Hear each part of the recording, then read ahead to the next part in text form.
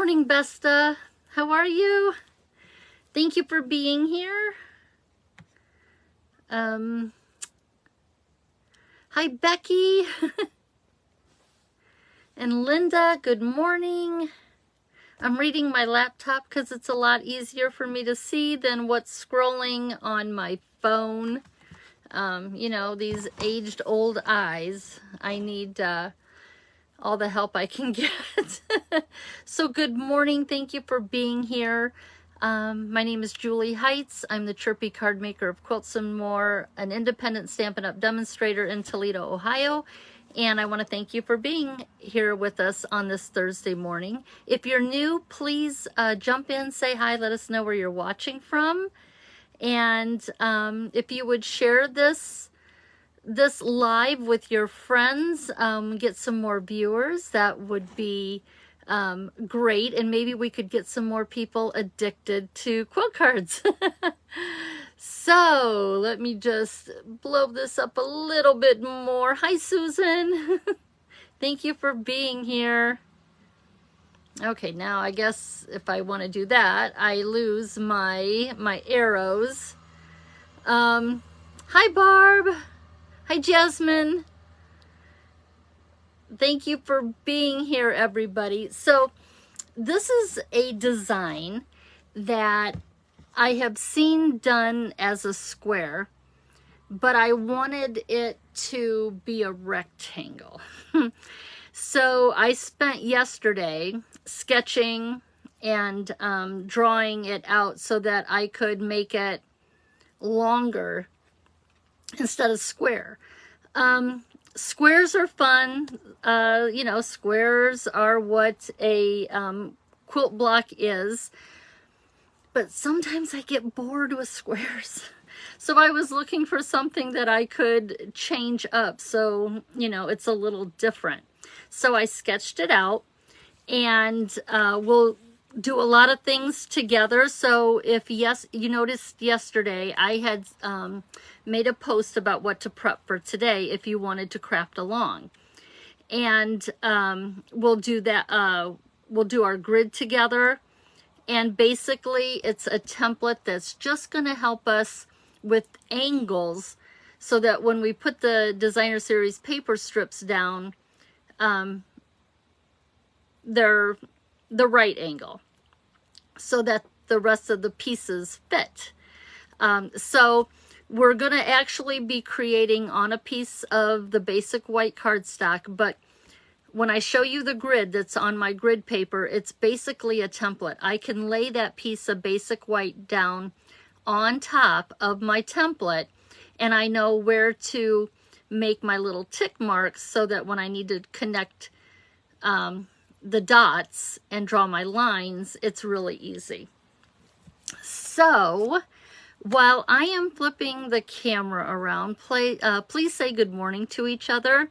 I'm still trying to figure out on my mount what might have changed, that I am seeing things that I really don't want you to see my messy desk.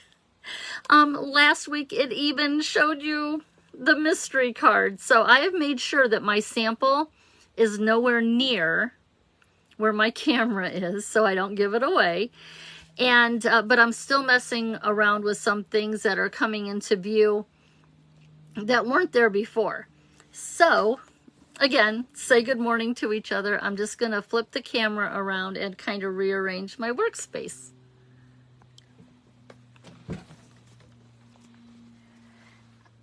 As I said, I'm not really sure what changed. I did mess around with my mount a little bit when I went over to a friend's house to help them learn how to do a Facebook Live, but I really didn't think that I had changed that much. But it sure did allow you to see some things that you normally don't see on my desk last week. So I am trying. See over here to the far right, you can see a little bit of my camera mount.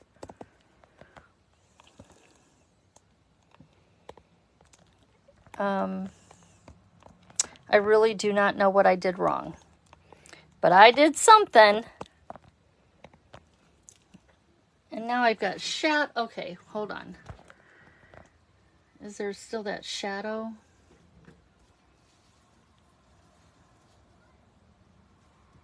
It gets a little better, but look how messy. You can see everything that's in front of me. And I want you to have this illusion that I'm nice and tidy.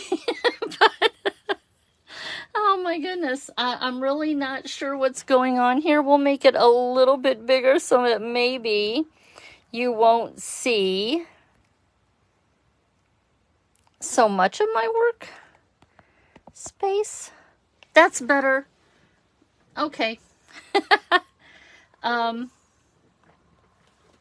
It's not really.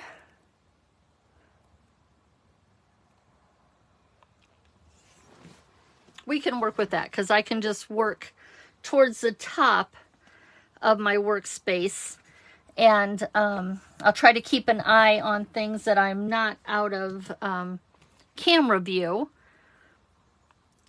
But the template that I drew for myself, well, let's go over what I had you prep, okay?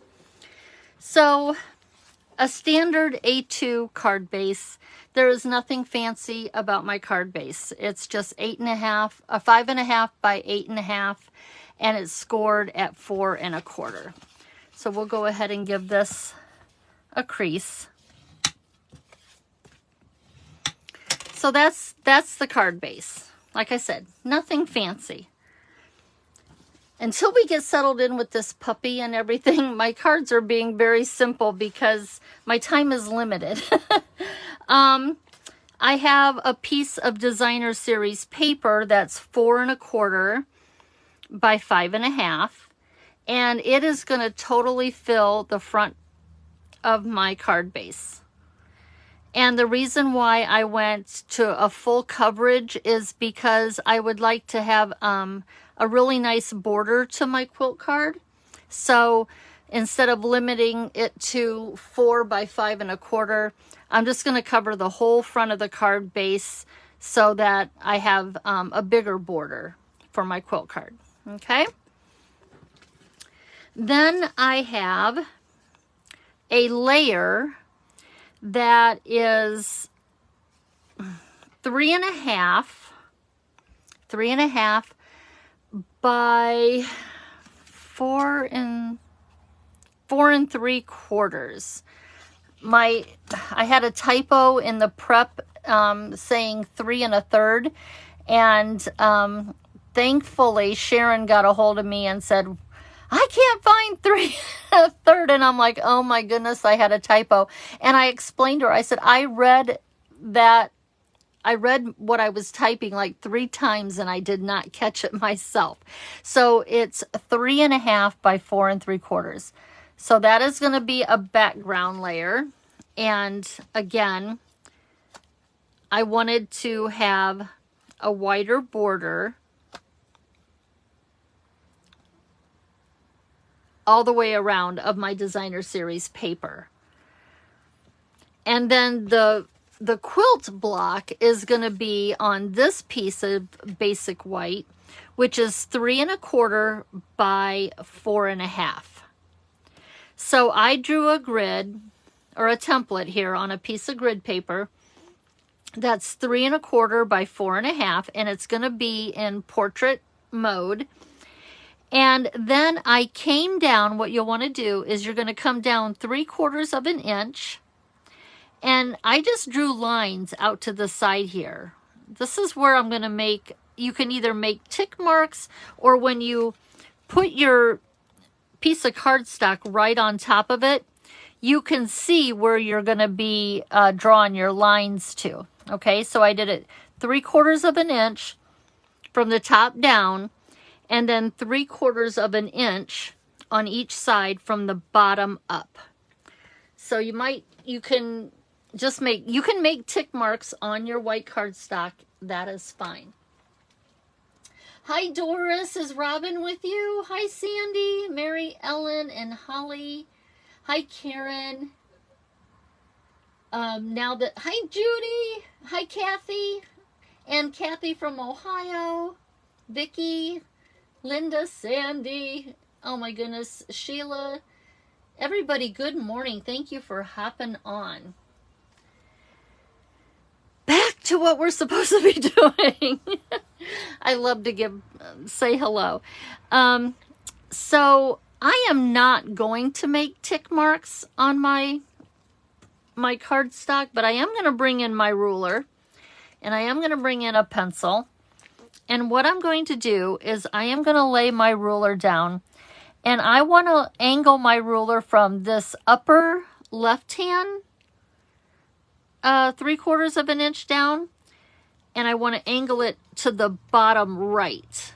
So I'm going to be drawing a line diagonal from each other.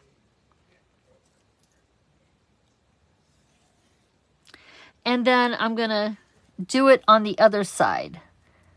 So I'm just connecting these tick marks, or the spots on my template where I want my angle to go. So you've got this X in the middle of your cardstock. Okay? So we are done with the template. And you can draw yourself one of these really easily and put it with your other diagrams or patterns that you have. And once we're done with the card, you could even put a sample with it if you're making a notebook to show, you know, the things that you need in order to do the quilt block. So now our quilt block is going to layer right on top of that other piece of basic white. And I'll tell you why as we go along that I chose to go white on white. That layer could be a totally different color. It's just a little frame. It's a smaller border that's breaking up the design from the Designer Series paper border that is laying on top of the card basin, which is full size. Okay, so let's bring in our Designer Series paper that's going to create the block. So these are 1 1/16 of an inch wide. So you go to 1 inch, and then I went to one line past the 1 inch mark. So 1, and that's a 1/16 of an inch. So 1 1/16 of an inch. That's how wide they are. And I had you cut a 6-inch strip because you might have a 6x6 piece or a scrap. We're not going to use it all, but it's just easier to go with that strip. And if you make a mistake, then you've got some left over. If you're using a directional pattern, then you may want to have an extra scrap of whatever you decided on nearby, because when we change the angle within the quilt block, you are going to have to change the orientation if you want that pattern, directional pattern, to stay the same. That's totally up to you. I chose non-directional patterns, or if they did have a direction. See how this is so faint? The pattern is so faint in this one.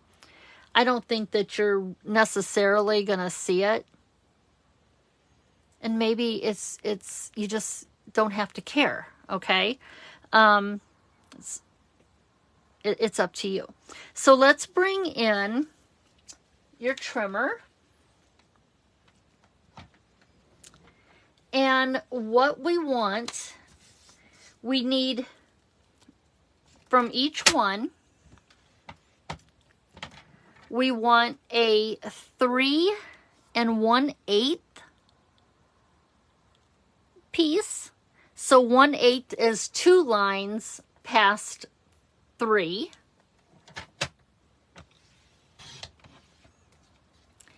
And then we want a 1 1/8 of an inch. I'm going to just check right here. Yeah, 1 1/8. Measure how many times and cut once. So I have those 2 pieces. This leftover is a scrap, but I'm going to give you some ideas on how to use these scrap pieces for the inside of your card. When we get to that point, I'm going to move those out of the way, and I'm going to repeat what we just did. So 3 1/8. And the measurements are a little weird because I am taking a square pattern and elongating it. I'm working with some numbers that we normally don't use. And then I need a 1 1/8.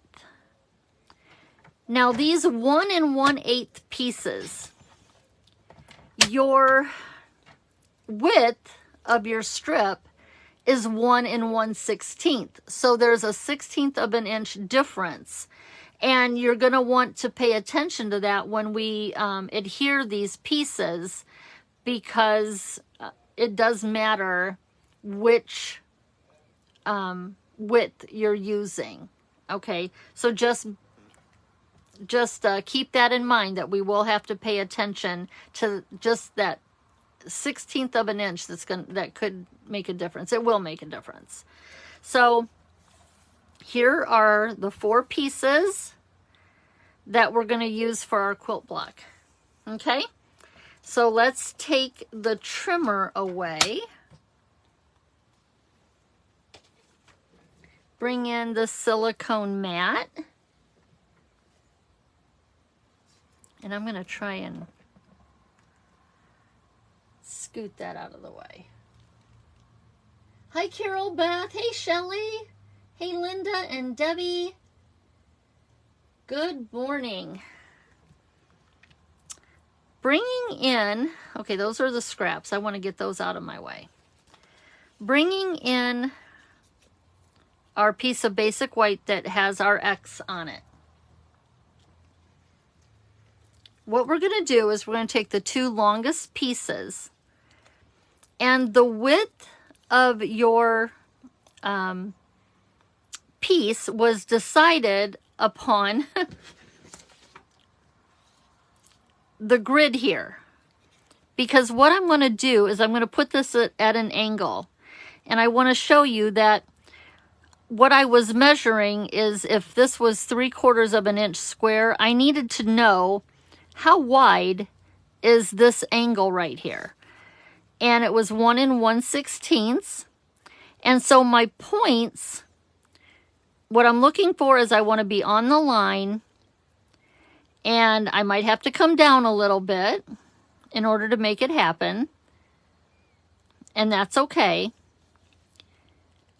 But what I wanted to do was kind of have that angle there. So you might have to slip it down a little bit in order to get your corners to touch the outside of your pattern.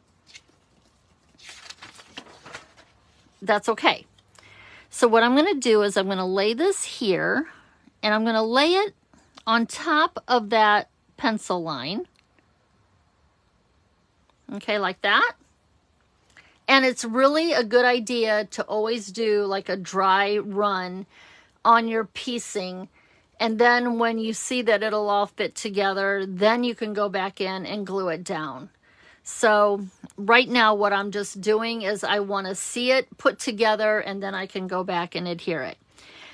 The other strip, and it doesn't matter which one you start with, we're going to be down here in this bottom right corner. And again, I'm just going to put my points as close as I can to the outside corners, but being on that line. And they're going to butt up to each other like that. Okay, now we're going to interlock them. So what I want to do is I want this pattern here to extend out beyond the Night of Navy. Now remember, this is a 1/16 by a 1/8. And what I want is it to, again, I'm looking, and don't fret if your pencil line is a little off. What I'm doing, can you see how what is important is that this makes it come straight across. So I can move that down a little bit. If I do the 1/16 side, it doesn't match up. See, if I've got my corners onto the outside edge, see how this doesn't line up? I'm off by a 1/16 of an inch. That's how you're going to know if you're using the right side. Okay, so that's going to come underneath it, making it look like it's woven. And then this one here is going to come down here. And again, it looks like they've interlocked with each other. Again, this is normally a square block, but we're making it into a rectangle. And we're using some dimensions that we don't normally use.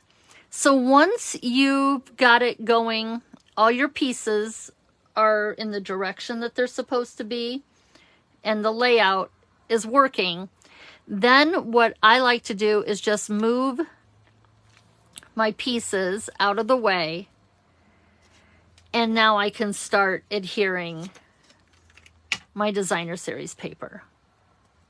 It's a very simple block, which gives you a lot of opportunity as to how you're going to embellish your card. So I'm just going to, again, this one's going to go above my pencil line. I'm going to scoot it down just a skosh. If your corners aren't matchy, I mean perfect, don't fret about it, okay? And now I'm going to adhere this piece.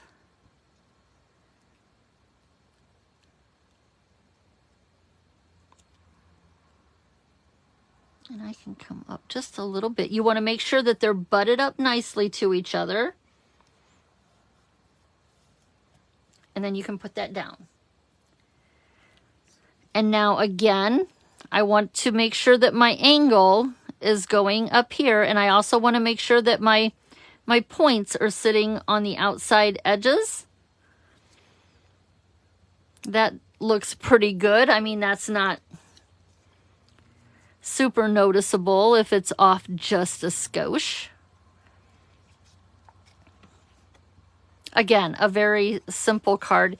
It took me hours to figure out the math, but it's one of those that I think you're gonna like. And because it's so easy, you can make a lot of these up and get them quilted and then grab them as you're making a card. So just have your fronts done and quilted, put them in a stack, put them in a box, and then when you need to make a quilt card, you just have to reach for one and, you know, put a card base in a piece of designer series paper for the border on the front of the card front, and you'll be good to go. So I'm going to move this over. My points are there. This is lined up pretty straight. And then you can go in and erase any pencil lines that you may see.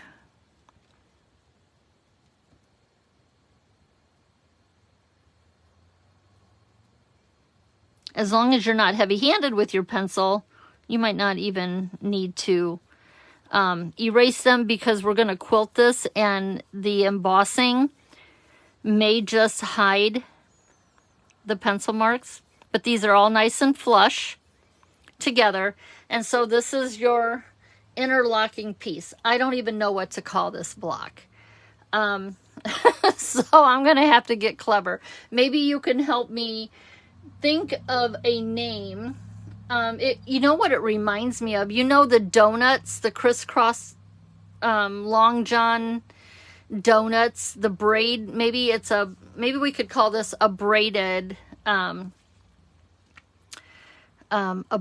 block of some kind. But that's kind of what it reminds me of, is the long john donuts that are crisscrossed, you know, with the cinnamon sugar sprinkled on them. Twist, that's it. That's a better name, Shelley. This is our twist block. Maybe we can think of another name to go with twist. And we're going to deem it that block. So we won't name it yet. I'll go through the comments. We'll come up with something, but something twist or twisty something. You guys can help me figure that out. Okay, so now I want to quilt my block. I'm actually going to use, this is Countryside Inn Designer Series paper. And so I'm going to use the coordinating die. The Countryside Inn die, or not die, it's an embossing folder. And on my first sample I made, I actually debossed it. But this is a pattern that isn't super lofty, even on the embossed side. And what do I mean by embossing and debossing? So when you deboss, you're setting the texture down into the cardstock, and when you emboss, the texture lays on top. So if I want this pattern to lay down into my my paper, giving it like a machine quilted look, your stitches are laying down in the fabric, then I'm going to, with the folder right side up, and that's where you'll see the Stampin' Up! Logo, I'm going to turn my card over, and I will get a debossed image or texture when I run it through the machine. If I want the texture to sit on top, then I'm going to put it in where I can see my quilt block. And I'm actually going to do that because I've already seen what the debossed looks like when I did my first card. And then if you've got a design in it, maybe I want to put that flower right there in the middle. Now, I know with the way I'm going to embellish this, I'm probably not going to see that, but still, that's, you know, maybe you want to see that, and you'll embellish around it. So give me just a second while I run this through.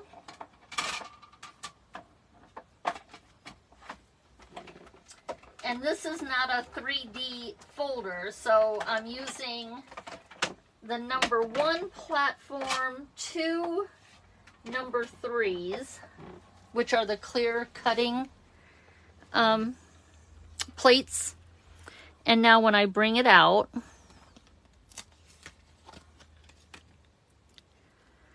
my texture is actually sitting on top.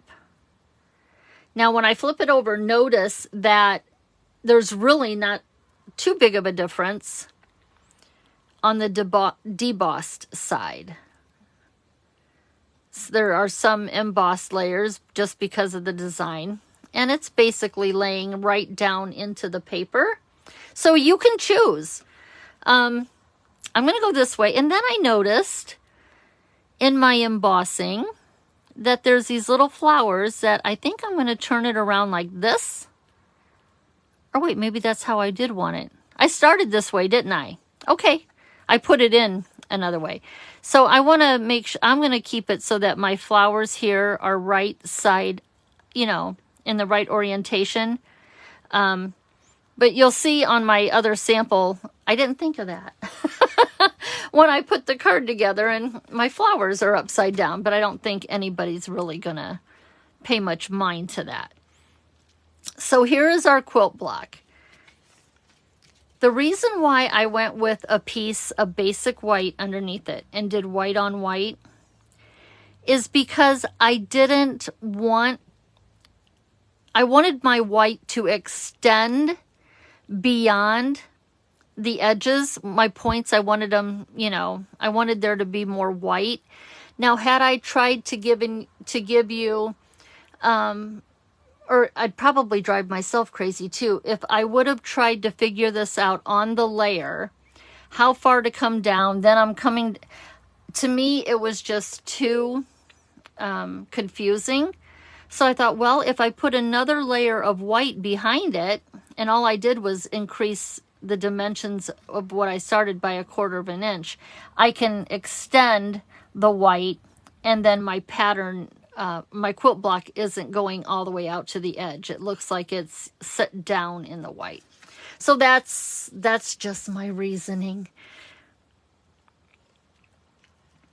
I am an overthinker, you know that by now.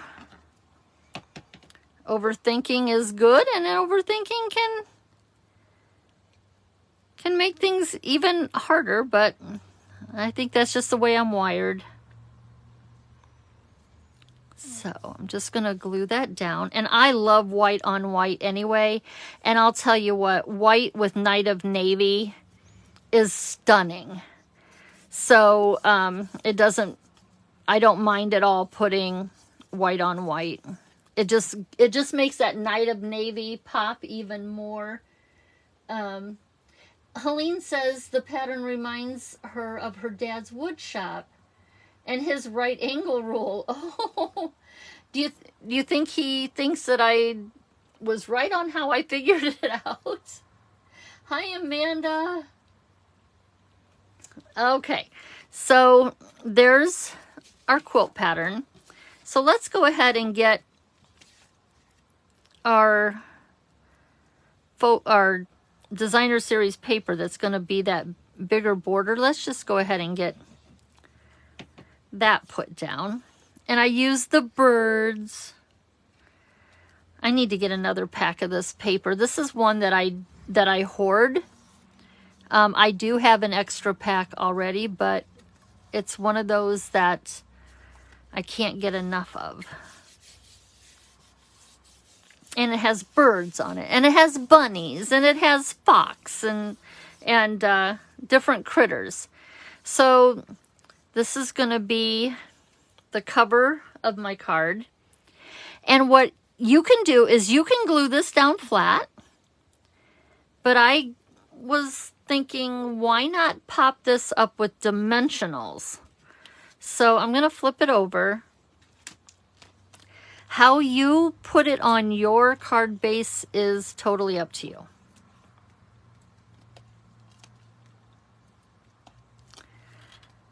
Totally up to you. And I do tend to use my share of dimensionals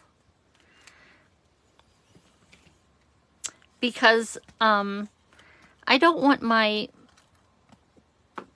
piece to like sag.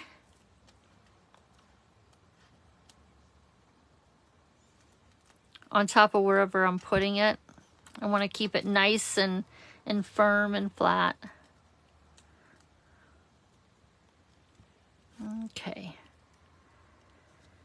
And so now I'm going to bring this down towards me, you guys, so that I can see that border and make sure I'm not too wonky. That doesn't look too bad right there. So now my quilt block is sitting on top. I've got this really cool border around it, and I already see that I could have shifted it to the left a little bit, but it's okay. It's all good. Now, as far as embellishing your quilt block, your twisty, we definitely, our twisty, whatever we're going to call this, okay? What I did, I am working on some things for retreat, a retreat that I'm having. And so I had these flowers laying around, and I know that they're retired. And I'm sorry, but they just go better with this card than the daisy or even the zinnia flowers. These are the, what are these called?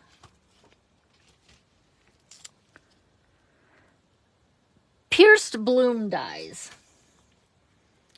And I just thought the shape of this flower matched the flowers that are in the in the papers better. And so I made this little flower, and I stamped "You Are Amazing," which is from Sentimental Park. And I brought in some wild wheat because it goes with the boho blue, and which is also an in color. And I just made a little cluster here. And now what I'm going to do is just figure out, I think I'm just going to put it right across here. And I'm going to pop, do I want to dimensionalize this too? Oh, I did. I forgot I did this ahead of time. So I glued my sentiment, my little banner here, to the back, and then I put dimensionals on the back of my flower.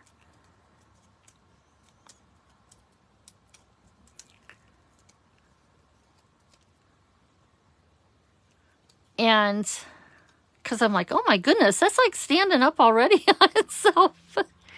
And I am just going to offset my flower so that it comes off the edge of my card there a little bit. It says, "You are amazing." Now, what I think I'm going to do, this is a little floppy, and it needs to be a little flatter. I think if I bring in even a mini dimensional, I'm going to try a mini dimensional if they're handy and just see if that gives me just a little bit. And of course I don't have, oh, here they are. Let's just see if one little tiny one won't do the trick, just to help hold this banner in place. I'm going to flip it over and just put it right on the back there. Oh yeah, I like that. There, that's going to hold that down.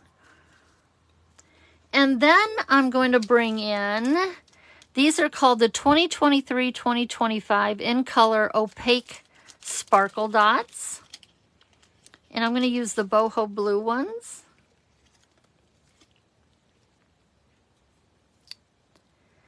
And I'm just going to use 3 of them. We put one there. Maybe down here. And maybe one up here. Just to bring in some gems. So the design of the quilt block was very simple. And like I said, it allowed us to have play with how we want to embellish it.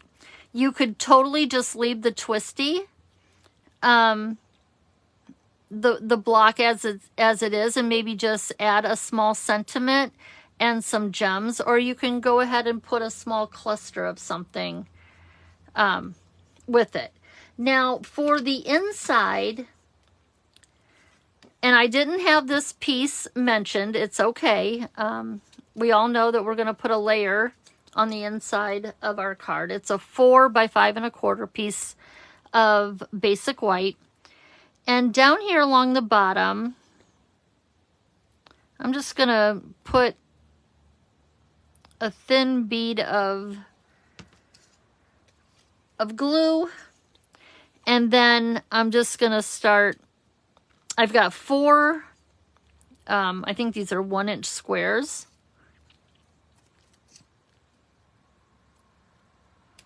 And I'm just going to put these across the bottom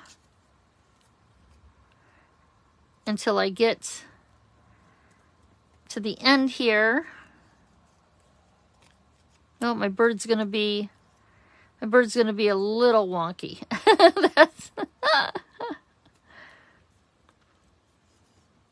So I'm just going to put them on point. And then I'm going to flip it over. and I'm going to cut off the excess. I know that we all have 1-inch squares in our stashes, unless you're someone who doesn't save something that small. In that case, you'll just cut down a bigger piece that you have. And then that gives us a little scrappy bottom. And then what you can do is come back, if you want to tack these down, just put just a tiny bit of glue behind there to tack them down. That might not even come into play for you because they're really not going to get caught on anything. I'm just going to put just a skosh of glue just to hold it down. And then we'll glue this to the inside. Now before you glue it, you might want to stamp a message on the inside.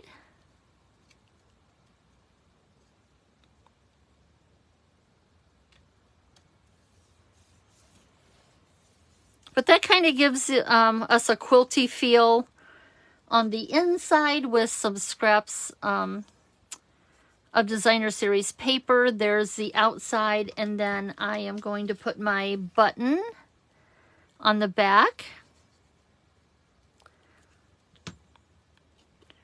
Just like in making a quilt, you usually have a label on your quilt that might say your name, that you were the creator of the quilt and the year that it was done, especially if you're going to be handing down that quilt to the family. They want to know a little bit about who made it and when it was made. So just going to put my label on the back. And that is today's mystery quilt block. So, yes, Prairie Points. Thank you, Kathy. So that's it for today. And here's the one that I did. Here's my other sample. I just added a few more of the leaves and lowered my sentiment a little bit. And I just chose to bring in the boho blue flower. And on the inside, it has Prairie Points also. So just a couple of examples, different color flowers, but you can decide how you want to embellish your block. And I can't wait to come up with what we're going to name this block. Something twist. So put your thinking caps on. Throw your suggestion into the mix in the comments. And I'm going to be making more of these this weekend, and there will be a PDF available over the weekend. And you'll be able to find the PDF over in the group Quilt Cards and More. Speaking of the group Quilt Cards and More, if you haven't joined, you need to. The last week, there were so many cards shared from the mystery quilt block last week, and there are so many notes to take away from each and every card that is shared. Something that you didn't think of, something that you want to try in the next one that you do. It is awe-inspiring over in this group. The participation to me is off the charts, and it's just amazing. So from the Chirpy Card Maker page, you can, there's a more, it says more, it's a tab, and I believe it's under that tab that you can get linked to the Quilt Cards and More, and then you click on that. There are some questions that you need to answer. I decline any requests to join that don't take the time to answer the questions. So just simple questions, answer those, and get in this group because there is so much to see. There's so much inspiration. So I'm going to be making more of these. And so I want to give 2 away for the Facebook Live. And after the Facebook Live, I give it the weekend for those who want to catch the replay. And if you type in the catchphrase plus replay, then I will draw 2 names from there. So really, you've got 2 chances to win a card. Watching right now, and then watching replay. And for those of you who watch on YouTube, I do take those comments into play also.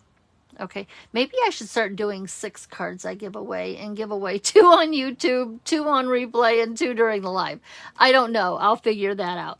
So let's see. What is the catchphrase going to be? How about we make it Countryside Twist, bringing in the Designer Series paper and the pattern. So Countryside Twist is going to be the catchphrase. For replay, it'd be Countryside Twist Replay, and I'll go from that. So let's make that what you'll put in the comments, and as soon as I go off of being live, then I'll do the where 2 people's names will get picked, and they'll each get a card, and then I'm going to make more so that there's enough to go around. Thank you so much for spending your Thursday morning with me. I'm just so happy that you're here. And again, please join the group if you haven't already. I look forward to seeing your designs and how you finished the quilt block. And with that, have a very blessed rest of your Thursday and every day after that. Okay, now if I can just figure out how to end this.